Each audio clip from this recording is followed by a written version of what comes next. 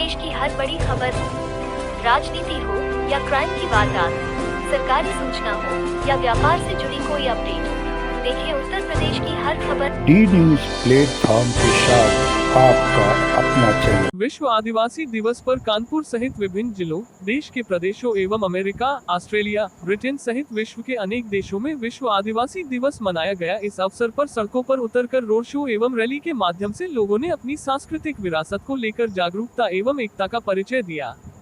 भारत के मध्य प्रदेश, छत्तीसगढ़, राजस्थान, उड़ीसा, असम सहित विभिन्न प्रदेशों से आयोजन के समाचार प्राप्त हुए हैं। इसी क्रम में कानपुर नवाबगंज क्षेत्र स्थित अंजलि पार्टी लॉन में भारतीय गोंड समुदाय कल्याण समिति उत्तर प्रदेश, सर्व आदिवासी समुदाय संयुक्त मोर्चा एवं अखिल भारतवर्षीय गोंड महासभा के संयुक्त तत्वाधान में आज विश्व आदिवासी दिवस समारोह मुख्य अतिथि पूर्व मेयर प्रत्याशी श्रीमती अर्चना निषाद ने दीप प्रज्वलित कर कार्यक्रम का शुभारंभ किया। बड़ा देव, धरती आबा, बिरसा मुंडा, महारानी दुर्गावती, बाबा साहेब डॉक्टर शून्य भीमराव अंबेडकर के चित्र पर माल्यार्पण करते हुए कार्यक्रम का शुभारंभ किया गया। कार्यक्रम के आयोजन के कारणों पर प्रकाश डालते हुए कश्यप निषाद आदिवासी कल्याण समिति के महामंत्री श्री राजू कश्यप एडवोकेट ने बताया कि संयुक्त राष्ट्र संघ द्वारा दिनांक 23 सितंबर 1994 को संकल्प संख्या 49/214 द्वारा 9 अगस्त को विश्व आदिवासी दिवस के रूप में मनाने का ऐलान किया गया। तभी से विश्व के सभी देशों में आदिवासी समाज इस दिवस को समारोह के रूप में मनाता है। भारत के सभी प्रांतों में हर जगह आदिवासी समाज द्वारा ये समारोह मनाया जा रहा है। भारत सरकार द्वारा यद्यपि जनजातियों के कल्याण के लिए अनेक कल्याणकारी योजनाओं को संचालित किया जा रहा है, किंतु उसका लाभ आदिवासी समाज को नहीं मिल पा रहा है। आदिवासी समाज जल, जंगल, जमीन पर आश्रित समाज है।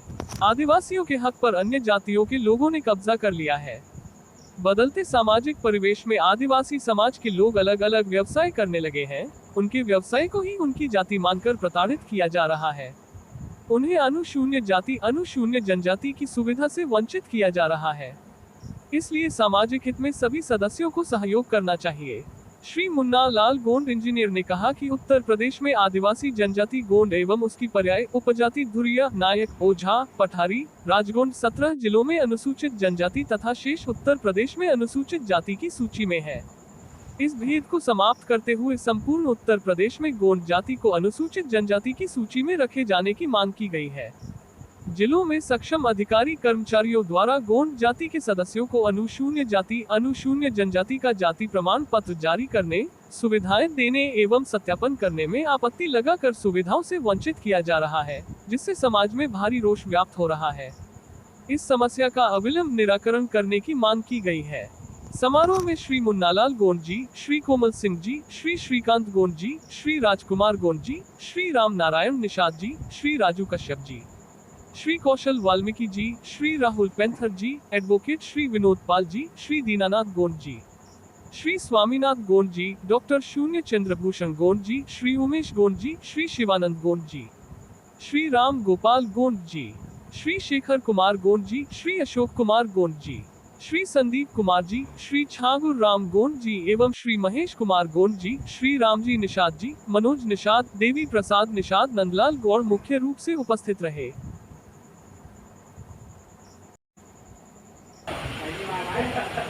यहाँ पर वास्तव में यह है कि आदिवासी जाति जो कोई अनुसूचित में है, कोई अनुसूचित जनजाति में है, कोई पिछड़ी जाति में भी है, लेकिन सब आदिवासी जातियां हैं और जो मुख्य धारा से अलग हुए यहाँ पर महानगरों में आकर कार्य धंधा करने लगे और यहाँ पर बस गए।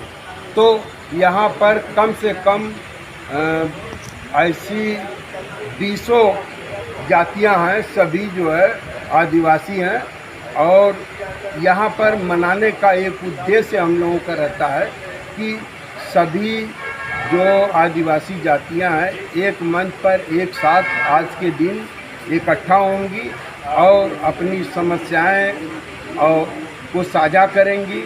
उस पर हम लोग विचार विमर्श कर आगे की कार्रवाई शासन प्रशासन। आदिवासियों की जहाँ तक ये बात रहती है, उनको लिए कहा जाता है वो जंगल में रहते हैं, लेकिन आज के परिवेश में जब सभ्यताएं निकल के आ रही हैं तो शहरी सभ्यता में रहने वाले आदिवासियों की प्रमुख समस्याएं क्या हैं और सरकार से क्या मांग है? समस्याएं इसलिए थी कि जल जंगल ज़मीन पर आदिवासी आधारित थे। पहले हमारे देश का 38% भूभाग जंगली क्षेत्र था। आज विलुप्त होकर 8% बचा हुआ है। जो 30% हमारे वन संपदा ख़त्म हो गई, जिसको कहीं संसाधन में, कहीं हाईवे, कहीं तमाम कारणों से कट गए, तो वो विवश होकर अपने मैदानी क्षेत्र में जाने को मजबूर हो गए। वहाँ पर कोई जो है कमाने धंधे का धंधा नहीं था। ये यहाँ पर आकर अपना जो जिससे हो सका जहाँ व्यवसाय अपना लिया। विश्व दिवस के बारे में आपको जानकारी होनी चाहिए और यहाँ पे सभी को जानकारी होनी चाहिए। मैं भूमक शिवानंद गौड़, मैं कानपुर और हम लोग मूलतः मंडला के निवासी हैं। जो हम लोग पहाड़ी क्षेत्रों में रहते थे, लेकिन वहाँ से रोज़गार के चक्कर में हम लोग विभिन्न क्षेत्रों में पलायन किए और विभिन्न क्षेत्रों में पलायन करने के बाद जो भी हमको रोज़गार मिला, चाहे वो नाव चलाने का हो, चाहे वो भूजा भूजने का हो, चाहे वो डोली उठाने का हो, हम लोग जो भी मिला पेट जलने के लिए हम लोगों ने सभी मतलब कर्म किए। हम लोग वो क्षेत्र के रहने वाले हैं, हम लोग वास्तव में पक्के आदिवासी हैं, लेकिन यहाँ की सरकार, यहाँ के मनुवादी लोग हम लोग को भ्रमित करते चले जा रहे हैं। लेकिन हम लोगों ने ये बीड़ा उठाया है कि हर जिले में जा कर के, हर क्षेत्र में जा कर के अपना 9 अगस्त आदिवासी दिवस मनाएंगे, अपनी पूजा पद्धति के बारे में सभी को बताएंगे। कोई एक बार नहीं समझेगा, 2 बार नहीं समझेगा, मैं लगातार इसको रिपीट करते रहेंगे। कभी ना कभी हमारा समाज जगेगा, क्योंकि आज भी हमारे समाज के बहुत लोग भ्रमित हैं, क्योंकि हमारी मेन पूजा पद्धति है प्रकृति की पूजा। अगर प्रकृति नहीं है तो समझ लीजिए जीवन संभव नहीं है। यही 9 अगस्त आदिवासी विश्व दिवस का महत्व है। संस्कार है, परंपराएं हैं, जो हम प्रकृतिवादी सिद्धांत के लोग हैं, उसकी सुरक्षा के लिए एक अलग भाषा और निर्धारित होनी चाहिए। और वह भाषा हमारी जो आदिवासी भाषा है, जिसमें छांगुराम गोंड, मैं छांगुराम गोंड, राष्ट्रीय अध्यक्ष अखिल भारत वर्षीय गोंड महासभा।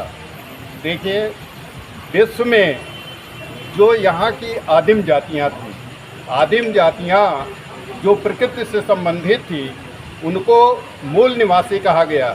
हमारे संसार में, पूरे विश्व में मूल निवासियों का अस्तित्व बचाए रखने के लिए सरकार ने यूएनओ में जो व्यवस्था की, उसके द्वारा यह व्यवस्था दी गई कि यहाँ के मूल निवासी जो प्रकृति से संबंधित है, प्रकृति ही हमारा जीवन है, प्रकृति पर ही हम आधारित हैं और प्रकृति में उत्पन्न सारी चीज़ों का सेवन करते हैं और प्राकृतिक शक्तियों की हम उपासना करते हैं।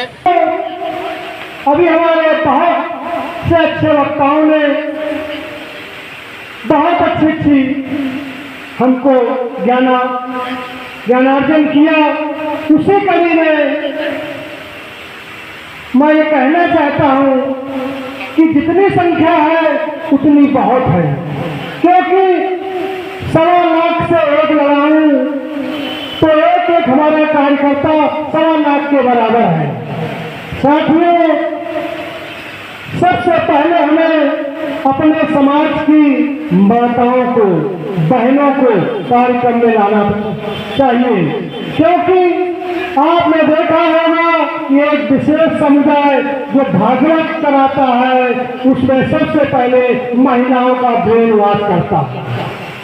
साथियों, जब तक हमारे समाज में हमारे महिलाओं का ब्रेन वॉश नहीं होगा, हमारे बच्चों का ब्रेन वॉश नहीं होगा, ये बिरसा मुंडा हमारे भगवान है, आबा है। जब तक आबा और भगवान हमारा समाज नहीं जानेगा, तब तक इस समाज का उत्थान नहीं हो सकता है। आज इस कानपुर महानगर में सबसे पहले बिरसा मुंडा जी का एक मंदिर बनाया जाए। जब तक हमारी संस्कृति जिंदा नहीं रहेगी, वास्तव में समाज जिंदा नहीं रहेगा। साथियों, जब हम एक हो जाएंगे तो किसी की औकात नहीं है कि आपके हक अधिकार छीन लिए जाए। एक होने की जरूरत है। साथियों, हम ये भी कहना चाहेंगे कि संगठन चलाने के लिए धन की आवश्यकता होती है, तन की आवश्यकता होती है, मन की आवश्यकता होती है। जो भी हमारे सरकारी विभाग में है तो वो जो भी कमेटियां चला रहे हैं उनको कुछ आर्थिक जरूर मुहैया कराना। जैसे कि सरकार में पंजाबी कोई बच्चा पैदा होता है तो उसको गुरुद्वारे में जाकर के उसको पैसा दिया जाता है कि लीजिए चढ़ाइए। इसी प्रकार जब मुसलमान उसके यहाँ बच्चा होता है या कोई कार्यक्रम होता है तो पहले से ज़कात निकालते हैं। हमारे यहाँ कितने लोग ज़कात निकालते हैं, कितने लोग, लेकिन हाँ एक काम जरूर करते हैं, वो मंदिर में आ जाते हैं। मंदिर में भी आते हैं, जो मंदिर में करोड़ों अरबों रुपया पड़ा है, उनके बच्चे फलते हैं, फूलते हैं, IAS, PCS, डॉक्टर, इंजीनियर बनते हैं। ये सरकार भी चाहती है कि इन आदिवासियों के बच्चे पढ़े नहीं, ताकि यहाँ पर झंडा उठाने वाला कौन होगा, डंडा उठाने वाला कौन होगा। इसीलिए स्कूलों की फीस बढ़ा दी गई है। इतनी फीस बढ़ाई गई है कि ये समाज के लोग कोई भी डॉक्टर, इंजीनियर बनने के लिए 100 बार सोचें कि इनके बच्चों का भविष्य कैसे बनेगा। साथियों, यदि आपको आपके समाज में कोई बच्चा फर्स्ट डिवीजन आता है, यदि वो आर्थिक मजबूत नहीं है, तो मैं संस्था से कहना चाहूंगा उस चंदा करके उस बच्चे को इतना पढ़ाइए कि एक दूसरा भीमराव अम्बेडकर पैदा करिए। साथियों, भीमराव अम्बेडकर यदि समाज में नहीं पैदा होंगे तो इस समाज का भला होने वाला नहीं है। हम हमेशा आपस में लुटते पिटते रहेंगे, इसमें कोई संदेह नहीं है। बस इतनी बात कहूँगा। जय हिंद, जय सेवा, जय जवान। अगर आप ये वीडियो YouTube पर देख रहे हैं तो हमारे चैनल को सब्सक्राइब करें और बेल आइकन को दबाना ना भूलें। अगर आप Facebook पर ये वीडियो देख रहे हैं तो हमारे पेज को लाइक करें।